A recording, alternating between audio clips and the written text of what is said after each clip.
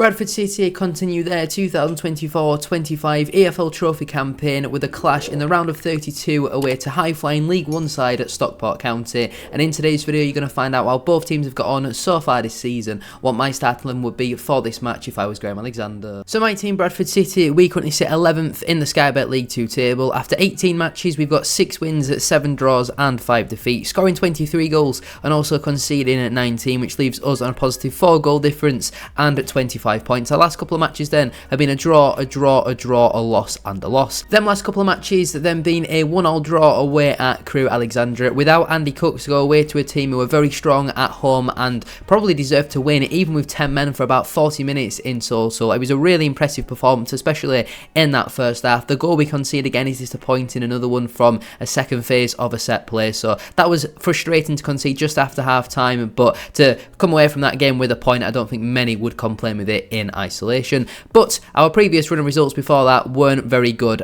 Before that game we had a 1-1 draw at home to Barrow AFC, a really poor football match in all honesty. Obviously both sides managed to score, neither goal was really much quality. They were pretty similar in terms of shots that were quite close, and they were both unmarked inside the penalty area, but it certainly didn't feel like there was 15 shots in that game. It was one of the most boring 1-1 draws you will ever see. We also had a 1-0 defeat away at Morecambe in the FA Cup second round. Obviously Neil Byrne was sent off, and 4 minutes later the man who he committed the foul on to get sent off would then go and score the winner for Morecambe, obviously bottom of the Football League at the time, and this was a really frustrating result for us, and obviously Morecambe went on to get Chelsea in the third round. We also had a 1-0 defeat at home to Rotherham United in the Football League Trophy. They got a really early goal and then just kind of sat in and defended. We had loads of chances, nearly 20 shots, hit the woodwork 3 or 4 times as well. Did deserve to get something out of this game, but again, if Andy Cook doesn't score, then Bradford City tend to fire a blank. We are really struggling in front of goal so far this season, but it's been something that's been quite similar with Bradford City over the last 5 or 6 years really, and we've still not really addressed it apart from Andy Cook. And then finally, just before that one, we had a 1-1 draw away at Colchester. I'm still so annoyed that we threw 2 extra points away in the 99th minute from a set play,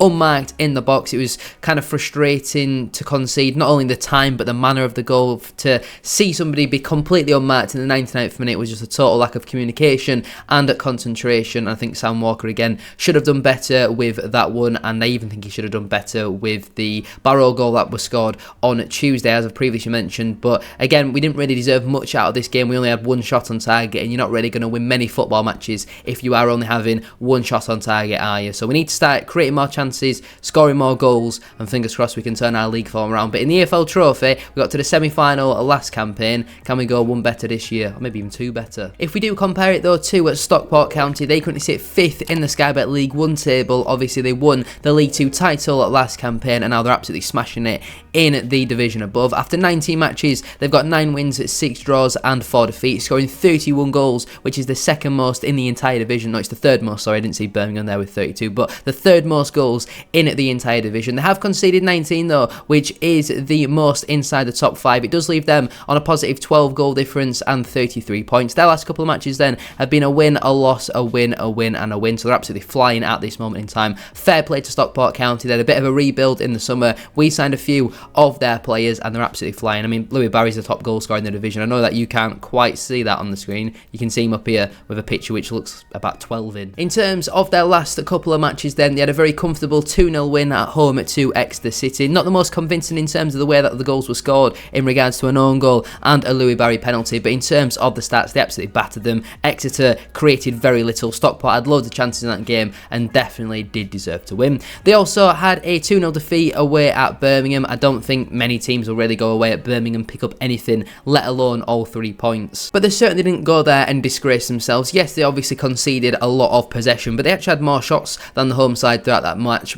Obviously both teams had a similar amount of shots on target, but when Birmingham was spending 30-40 million pounds in League 1 in one single transfer window, then you're always going to really struggle to compete with that, despite Stockport obviously spending a couple of million, but that looks like nothing compared to the money that Birmingham did spend, and credit to them, you know, they've got the finances to do so, so why should they not? They also had a 3-1 win at home to Brackley. I mean, it was kind of a result that you would expect Stockport to beat a team like Brackley, with all due respect. I'm pretty sure the Callum Connolly own goal was from like the halfway line, and Corey Adai was absolutely all over the place. We saw Stockport's possession against Birmingham, look at it against Brackley. It goes to show that sometimes you do just have to concede possession, but Stockport are a very well drilled possession based side. They've got a very good manager in Dave Challinor, and I'm sure that this could have potentially been a bit of a banana skin. They also had a 3-0 win away at Burton. Burton is one of them grounds where, again, that could be a bit of a banana skin because it's so small. The fans are kind of on top of the pitch. It's not the easiest to play possession-based football. They could have gone there, maybe lost 1-0, but they got the job done. Professional performance, absolutely battered them comfortably, deserved all 3 points. And that is a reason as to why they are currently sat up in the playoffs. They're not letting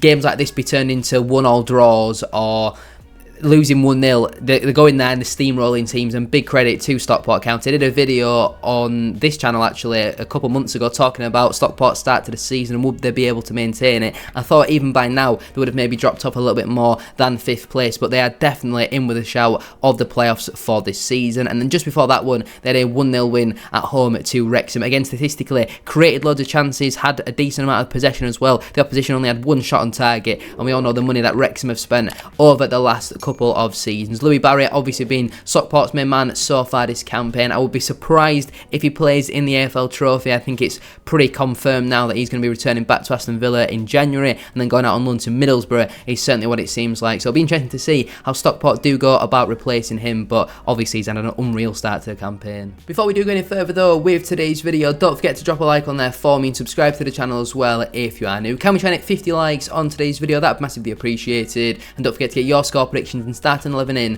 down in the comment section down below. In terms of my team then for this match, I would stick with the 3-1-4-2 formation. I know we kind of changed it up a little bit against Crewe, and I was very happy to see that, but when you've got so many fringe strikers, and I just want to give a bit of rotation to some other players and see how we go about in this one. So in goal, I have gone with Zach Cady. It's just my personal preference for the EFL Trophy. We all know that the goalkeeping coach, Colin Doyle, will probably play this game, but I don't really understand why you want to play your 40-year-old goalkeeping coach over a first-year pro. It's just my personal preference, as it has been throughout the whole of the EFL Trophy match previews that I've done so far this season, so I would go with him in between the sticks. In terms of my back 3 then, at right centre-back, I would go with Chet Diabate. As we know, the EFL Trophy is largely used to rotate your team and give minutes to players who haven't really played much so far this season, and Chet Diabate, for me, obviously with him not even being in the matchday squad for the last couple of weeks, I think it's about time that he gets another opportunity at right centre-back, because he's shown he can be a good player at this level. Just in these last couple of appearances, his concentration seems to go a little bit, and with his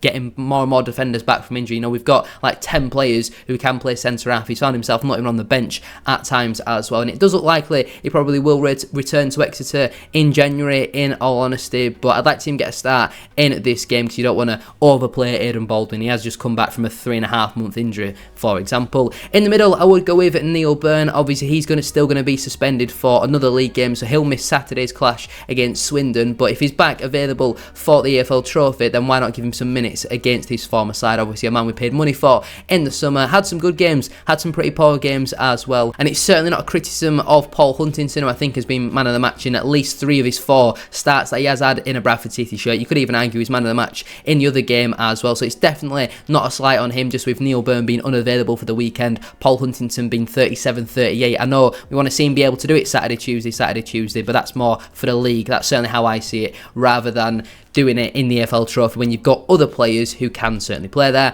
And at left centre-back, I would go with Kieran Kelly. I think Jack Shepherd, for me, has been pretty poor over the last couple of weeks. I was actually calling for Kelly to start against Crewe. Graham Alexander decided to stick with Jack Shepherd, and I thought he had another really poor game, in all honesty, especially in that second half. He was constantly getting twisted and turned inside out. So I would bring Kieran Kelly back into the side, and hopefully we can start building up his fitness once more, as obviously his contract does expire at the end of this season. As my holding midfielder then, I have gone with Corey Evans, and there is a possibility that he would be captain for this game. I've not put down specifically who will wear the armband. We might come back to that later on in today's video, but Corey Evans obviously very well experienced and played really well in the last EFL Trophy game against Rotherham. Richie Smould, for me, wasn't amazing against Crewe. I wouldn't say he was particularly bad either, though, in all honesty. And I think Corey Evans has proven to be a pretty good signing for us so far, and with his contract set to expire in a couple of weeks, this might be one of his last opportunities to start for Bradford City and earn himself a longer term deal. I personally like what I've seen so far from him. I would give him a deal until the end of the season with maybe the option of a further year. He's proven that he's got the quality, he's proven his fitness as well for the large part, so I would start him